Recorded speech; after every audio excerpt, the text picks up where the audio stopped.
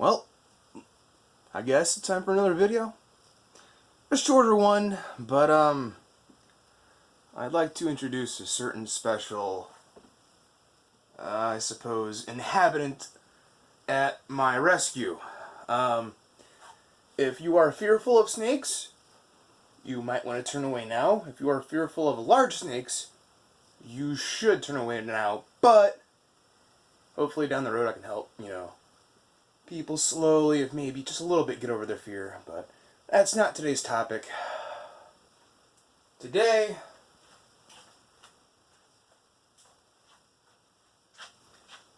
I want to talk about a couple things, small things, mostly just one thing.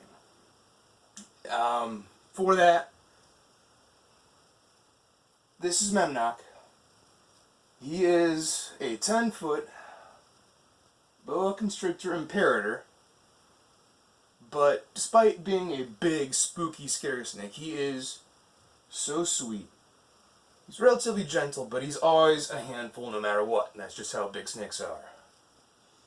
And it's been a while since I had him out to handle for a while. He is supposed to be my ambassador snake when the rescue takes off. I would love to have this as the centerpiece animal to teach folks, kids, adults, whoever, maybe get them more accustomed to large snakes and educated on them, and yeah, I'm sure a lot of people will love them. This one, I've taken him to the mall in Washington State a couple times. There's a card shop there. At the moment they heard I had snakes and what I wanted to do, they wanted to see them all. I would sometimes go in and he would definitely be the number one pick most of the damn time. But beyond that, what I want to talk about is how to start Magic the Gathering finance. Just like all hobbies, all professions, all consuming passions, you need to start somewhere. The most difficult part about MTG Finance is starting.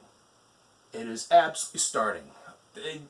There's a lot of learning involved, yes, there's a lot of practice, there's a lot of making errors, learning from your mistakes, but ultimately it's just taking the first step with the idea you want to come out ahead in the long run. And I apologize, I'm going to be sweating a lot. This room's kind of pretty warm, and also keeping track of this big guy. Luckily right now he seems to be pretty content just to chill there, but that'll probably change in a couple minutes. I guess I should start with, sharing a couple of my own experiences. I stopped playing Magic for quite a long time. I was really big into it during the Ravnica and Mirrodin series. The first launch is not the remakes, revisits, and all that shit. Just the actual OG Ravnica Mirrodin. And somewhere along those lines, I think the last time I stopped taking seriously, I bought like a couple 10th edition packs, 10th starter decks, I don't know, that was it. And then maybe a year and a half, 2 years ago, I just figured, you know what, maybe let's give it another chance. But this time around, I knew, now that I'm getting older, I'm 32 now, as an actual adult, you don't really have the time to enjoy yourself and play for hours and hours and hours every single day with your friends, whatever. You just don't have that luxury unless, I don't know. You just don't have that luxury. Let's leave it at that. So I wanted to play, but there's another facet to it that I was sold on, and that's the finance part of it. And the way I try to work things is I consider every time I make a purchase, as far as collections, sometimes large amounts of single cards, but I don't try to buy singles and then speculate on that and just lump it all together.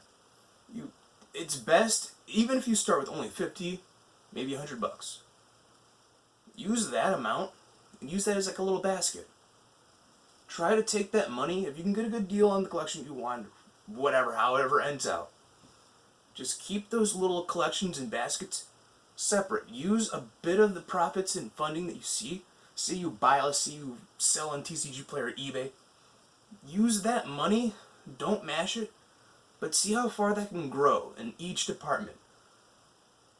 you will eventually find decent success. It's going to be slow, which is unfortunately probably the biggest bummer with MTG Finance, unless you're trying to shark people. That's not the way to do it. You just can't do that. You're going to get a bad reputation if you want to snag a couple grand here and there. If it works for you, I would recommend it. You're going to have a couple nice big bangs, and then when word gets around, people are going to avoid you. And also, hopefully, down the road, you develop some morals and feel like a goddamn scumbag, because that's exactly what you are. Same with the people who sell bulk-ass cards as collections and demand 3-4 digits for all of it. It's just not fair. It's not right. Especially when you give it to some new player who shells out who knows how many hundred for it. Who knows how many hundred for it? When they sit down to play with their friends or whoever, plays the game, and they're playing blue, green, red grizzly bears, 2-mana, vanilla, 2/2s, and then they see the legit shit going on that's, actually a true competitive table, they're not going to want to play that much longer. It's going to leave a bad taste in their mouth. That's not how we keep the community alive. Keep that in mind for the people who do that kind of shit. It ain't cool. It really isn't. Eventually, after seeing 5, 10, 20 bucks here and there in your investments, it's rarely going to be 20 bucks if you're starting the low end of like 50 to 100 for a collection, which, to be honest, it's going to be a couple hundred cards. You might have some juicy things in there. Don't count on it. You're better off saving a good amount. Maybe 200 for your average small. Maybe someone played 5 years ago. Maybe they have a couple nice rares in there that could carry the majority of the value. And then you just buy a list or just take your time with the rest. It's all about making this slow climb forward. A lot of people who get into the finance aspect of MTG want to get rich fast. It's not how it works. You're not going to find any success in it. And those who do, good on you. I'm happy for you. But to be realistic, that's just not how it works. Especially where I moved. I was in Washington State. The community there obviously was booming. Tons of people selling shit. Tons. Now I'm down in Florida, where there's a lot of old people, some kids. You look on eBay, Craigslist and other shit. There's not a whole lot of magic floating around. Keep that in mind. Depending on where you're at, if you want to do local sales, if there's not a lot of people playing near you, you need to understand that you're going to be in for the very long run, and you're going to play your cards very correctly, and not just in the game itself. The next step I would say that I took when I saved up enough money and you shouldn't do it, but since I was just still learning, when you buy, say, 2-3 collections, you see the total profits among that, you can do something with that money. However, you gotta be smart with it. I lived off of a lot of that money when it came into my hands with the collections. But, you need to be looking forward. Whenever you have the cash, when you have a good amount of profits, throw that into something else that's going to generate money. Sealed product is probably your best way to go. Not just single packs. There's not a lot of money in it for one, and also those savvy buyers prefer not to get them because they're so easy to reseal. A lot of the time, sure, you can open the wrapper entirely and take a look. There's re-glued and whatnot, but if you want to go sealed, just booster boxes. And I guess today, collector boxes, those also work.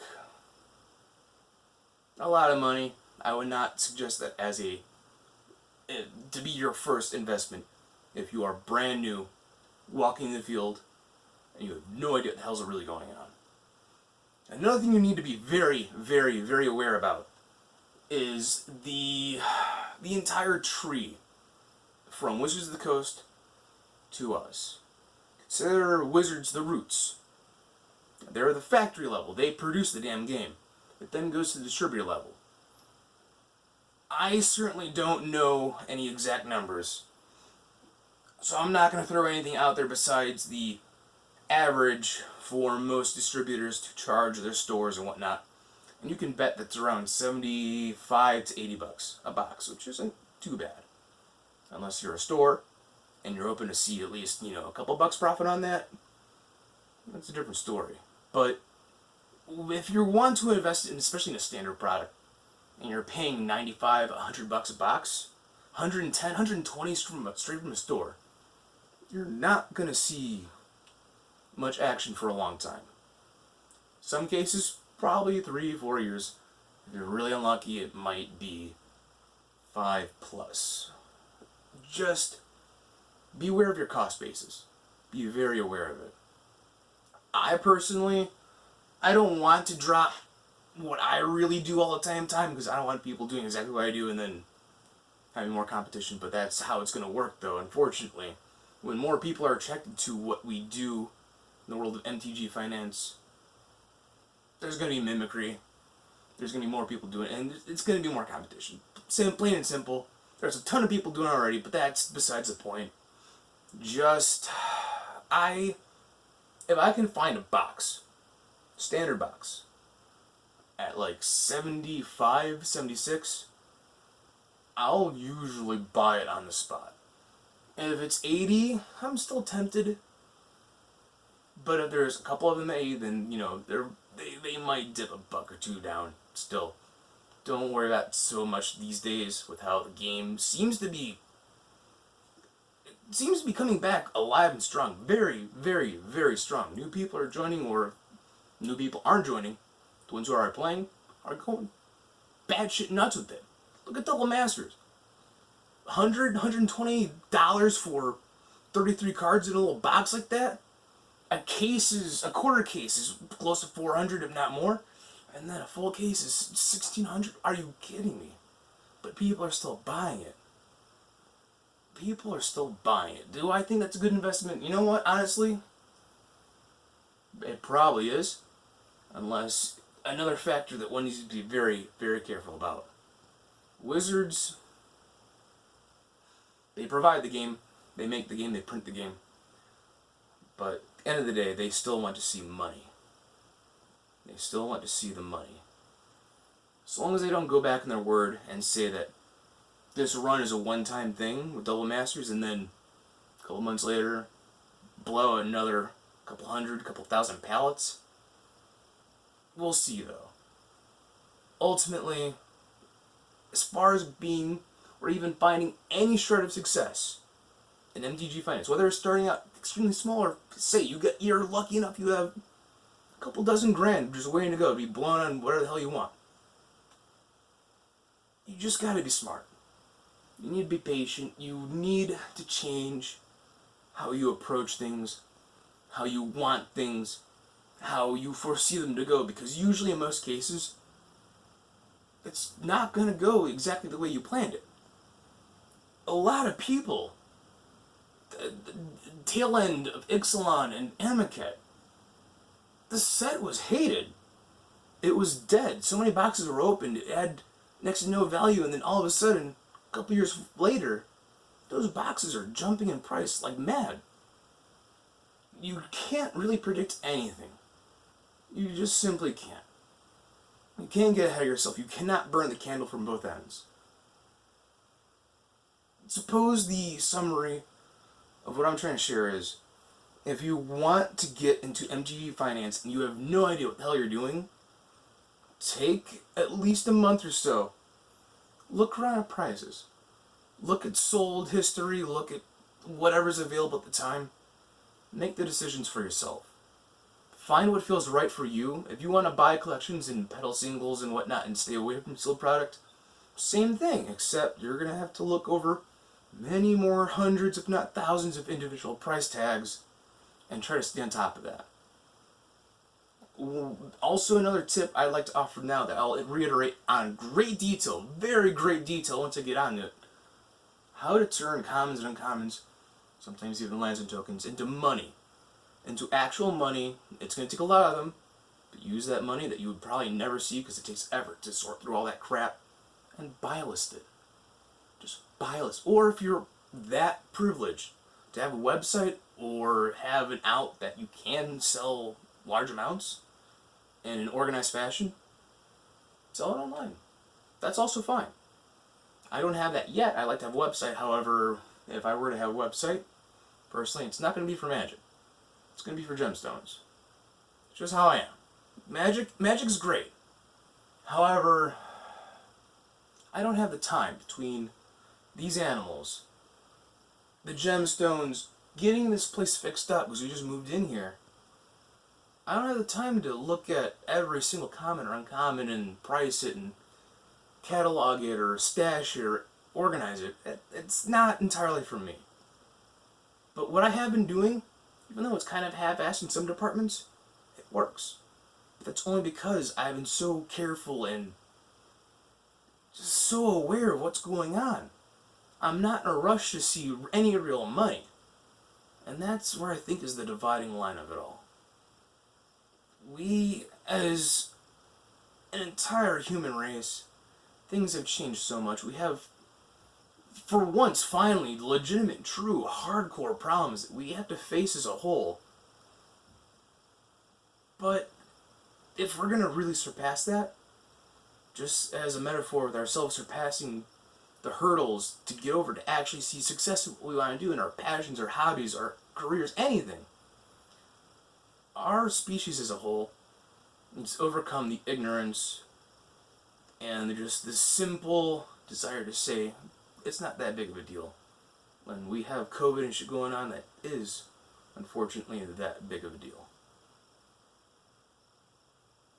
Some people aren't going to like it. Some people are going to say, oh, whatever, it's all fugazi, it's all bullcrap. No. Well, if you believe that, maybe it's time to change the way you think. Simple as that. But for now, I'm going to plan some more tips. Think of some more strategies and maybe arrange those bulk boxes, get them sorted out, and then start chugging through.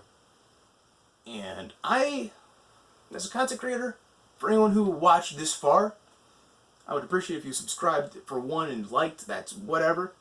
But if you feel like it, just drop a comment saying how much money the average, let's say 6 hours of sorting through commons and uncommons to buy a list. How much money can you actually make off of that? I'll give you a hint. You guys can guess the exact number, but it's not a lot. But it's surprisingly more than what most people believe. With that, me and I, we're gonna go now. Say goodbye, Knock. Take care, people. Be safe out there.